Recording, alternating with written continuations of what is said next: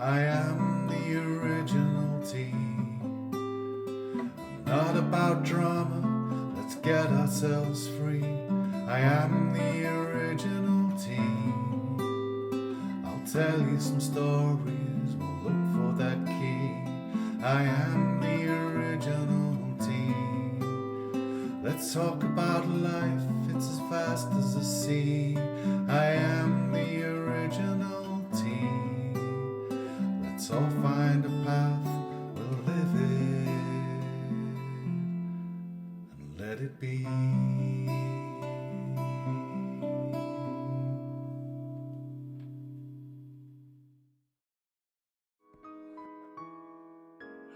Hello and welcome back to the original T. Today we're going to talk about mental health. Yay! It's something that is not often spoke about in certain places, within certain groups at certain times, in certain countries, in certain places. So let's just start out with, and I've spoken about this before, I was born in California. I was raised in California. Mental health is much more widely spoken about and looked at, and we have been accused, we as a state probably, have been accused of being somewhat of navel gazers to some degree. But it is what it is, and I think I'd rather have people being open about it, even too open about it, than not open at all about it. So I moved 12 years ago to England. Now England has come, or the UK has come, a long way in talking about mental health. But when I first got here, it was really not spoken about very often. It was one of those things where, especially the older generation, which is true in both countries, US and the UK, where it can tend to be something we sweep under the rug, something that's shameful, something you wouldn't want other people to know. Well, heaven forfend that it would be on your work history that you had a bout of mental illness. I mean, people get terrified of these things. So there are all those things to look at. There are familial ways that we've been raised in some families where you are expected to pull yourself up by your bootstraps, right, and get a grip. Slap, slap, snap out of it, right? And in other places, yeah, it's okay to not be okay, and you can talk about that. But as I said, when I first moved here, things were pretty quiet in that area. And I noticed a lot of people did not talk about it. It just wasn't something that I saw that was spoken about very openly until the time came where Harry and Prince William and Prince Harry started speaking about it and bringing that more out in the open. And as time has gone on and by, including COVID, it looks like mental health is starting to be spoken about a lot more, because a lot more people are suffering from it and they need help. A lot of people have found themselves to be quite alone and anxious during these times, and maybe not have the circles they normally have, even if that's the distraction of work or hanging out with friends that have kept you feeling a little bit more secure. Here's how I look at mental health. I look at mental health as I do physical health, spiritual health. It's like anything else. How did we learn to walk? How did we learn to read? How did we learn math or maths? How did we learn about science or history? We were taught about it.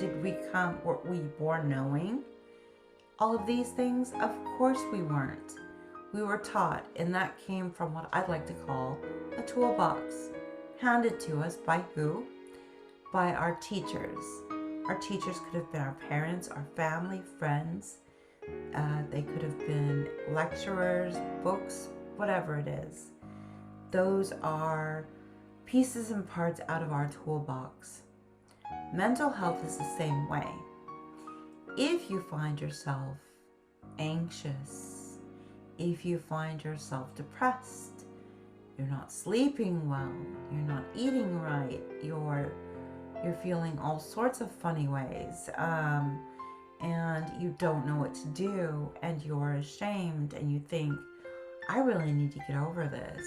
I just need to just stop doing this. I need to get over myself. I just need to stop this. Well, you can try. And you can try by yourself, but that's very hard. And you may find that you think, gosh, I failed at this because I really tried hard. I tried really hard not to be anxious today.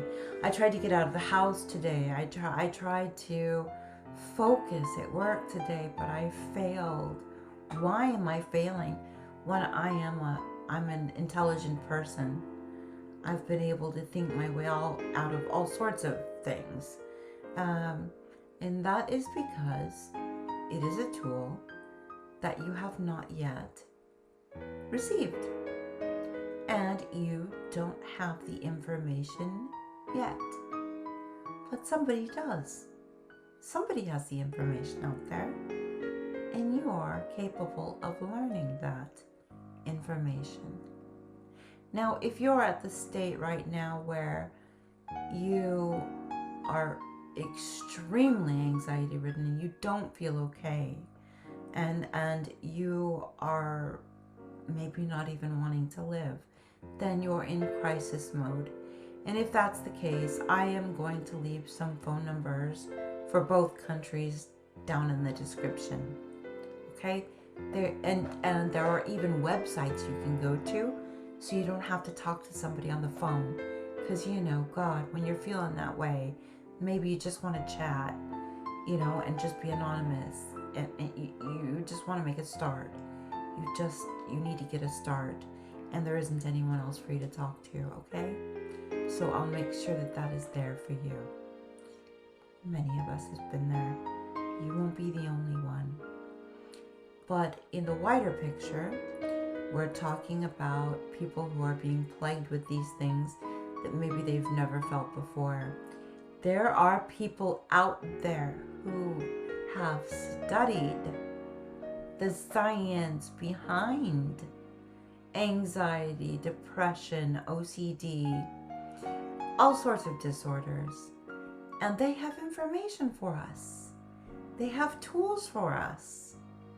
And did you know that some of this is actually chemical? It's within our brains. And it's not your fault. It's not because you're not smart enough, or you did it wrong, or you don't know how to do this. It's simply because you don't have the information.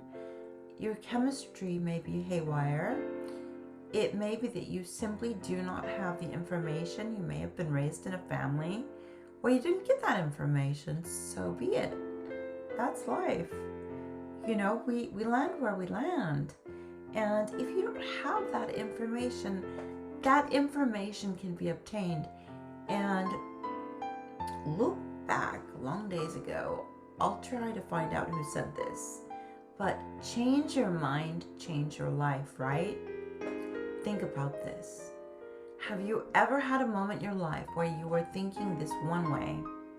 Say you're driving and you're deep in thought about this thing, and you're just really stuck on thinking this thought, and all of a sudden you see a car crash or something happens in front of you, and all of a sudden your mind has been changed because of what's happened in front of you. And it goes to show you that your mind can be changed. Or let's put it even in a more simplistic way. Let's say you're in the car and a certain song comes on that gives you chills and makes you feel happy. It's a song you haven't heard for years. Maybe you heard it when you were a child, or maybe it was one of your favorite tunes back in the day. And all of a sudden you're there again in that space, and you feel that happiness and that joy and that release. Again, it is proof to you that change your mind, change your world, right? So if you are stuck right now in a rut, and it has been proven that our brains can have literal ruts in our neuropathic ways in our brains, that if we are thinking a certain way over a certain amount of time, it's like a groove on a record. And yes, I'm showing my age, but over time, you know, these grooves get deeper and deeper. And when you find yourself anxious or depressed, it's easy for the needle to skip into that groove because it's been worn. It's a path that's been worn again and again and again. And you need someone to help you find a way not to get stuck inside that groove again.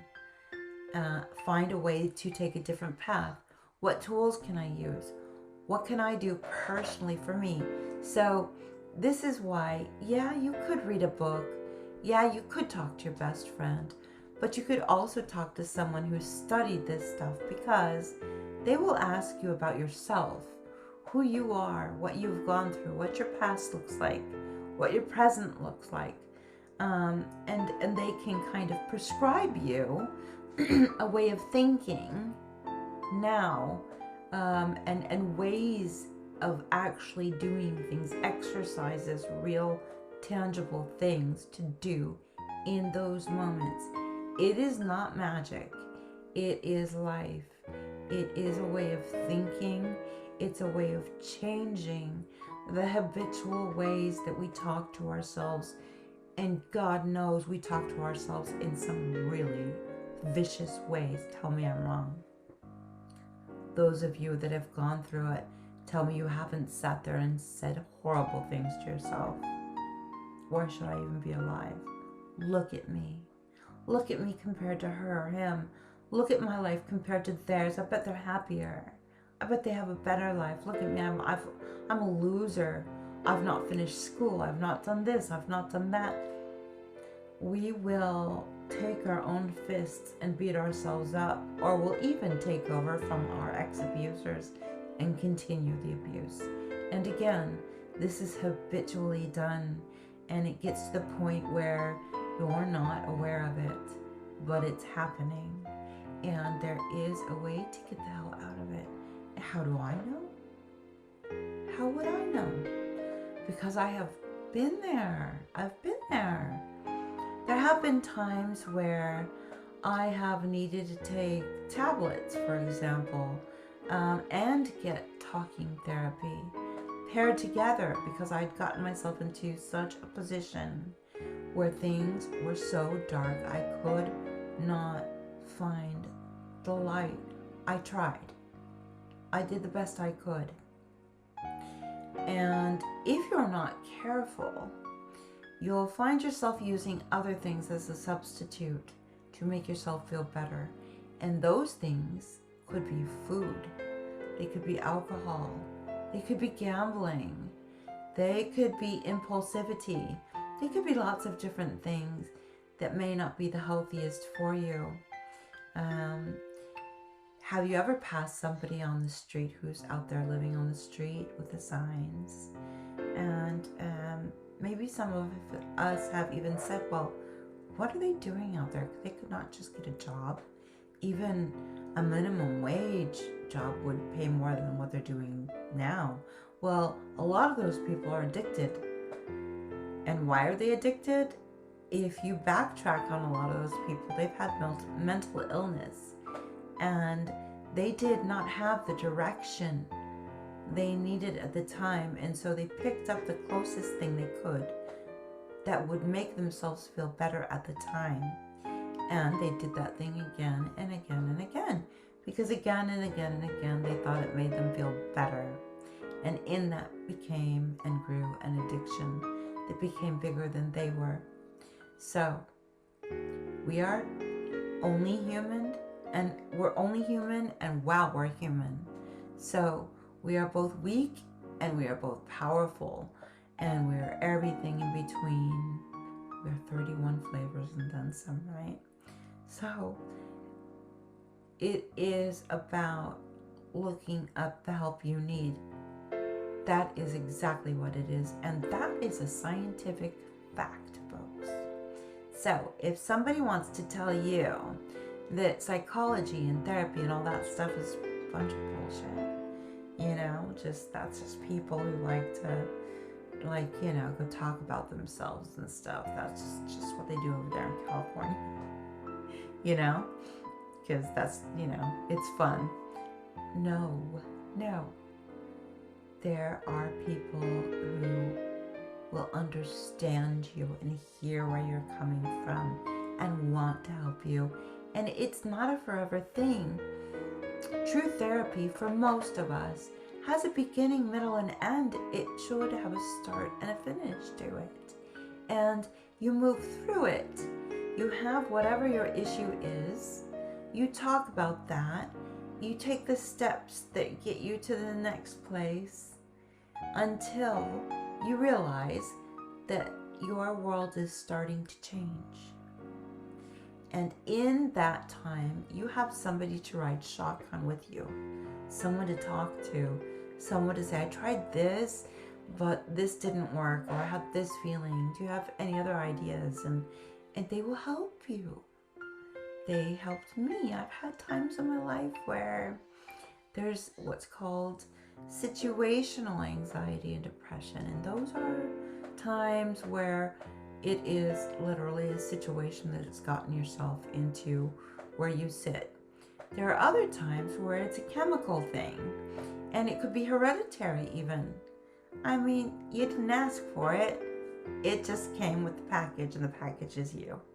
And you may find yourself tending towards that. And did you know that medication along with talking therapy can help change that? And again, I'm not saying that the medication or the therapy is a forever thing, but even if the medication and therapy were a forever thing, if it could make you feel better, why wouldn't you do it? Do you think that when the first airplane was invented and people realized they could fly somewhere instead of walk or ride a horse or use a train, they said, no, that's the easier way to go. Why would I do that? I should fight through this and soldier on and use my horse and, do all that. No. It's not that you're taking the easier way. You're taking a wise route. That's what it is. And you know what? We have wisdom. And there are people who know some stuff. And you can actually look online. There are directories of people. I'll link those as well in both countries, where you can read the bios about these people. You can go to their Facebook pages. You can find out about them. See what you think about them. See if they might be a good fit. And there's loads of people who will go help you if you're financially having struggles, who will go on an as-needed basis or what you can pay. And they'll help you through that. Right? So some of us can pay, and some of us may struggle to do that. There is help out there for you, and it's not any of the BS that you've been told. If you've been told some BS about it, you can trust me on that, right? We can be the captains of our own damn ships. And if your ship is starting to sink a little bit and you need some help to get the water out, you can find help. There are ways, and you are strong enough to reach out and get that help. And there are others. You're not alone. Loads of people that you would think have their shit together. Well, they have their shit together because they didn't at some point, and they learned how. And even those people might still hit a speed bump along the way, get knocked off their course, and need some redirection. And so be it then, so it is. And so it will be. Good. Why not? Why not feel better if you can? You're worth it. And I'll tell you another thing. the people who love you and need you to help yourself before you can help them. You know how when you're in an airplane, if you've ever been in one, and it says up at the top there where the oxygen masks are, it says like if you're an adult and you have children, make sure you put your oxygen mask on first, and then help everybody else. That's because if you start having a flab attack and don't put the mask on yourself, you're going to pass out and you're not going to be of any use to anyone else. So if you can't do it for you, do it so that you're available for those who love you until you can love yourself. And then things will change. They will change. I promise you they will. Anyway, I just wanted to go on my little rant about that. Have a think about it. I will leave some information down at the bottom. And take care of yourself. One day, one moment, one step, one mountain at a time, right? So there's lots of different paths up the same mountain, but the view from the top is still the same. So you do what you think you need to do. Reach out. Ain't no shame. Ain't no shame in your game. Come on. Do it with me. Take care of yourself. Let's take care of ourselves. Right? You don't have to suffer. You don't have to suffer and you don't deserve it. Right? You don't deserve it. So I'm going to sign off. Let me find my little button here and I'm going to stop recording. But I will be back. And you take care. Okay? Talk soon.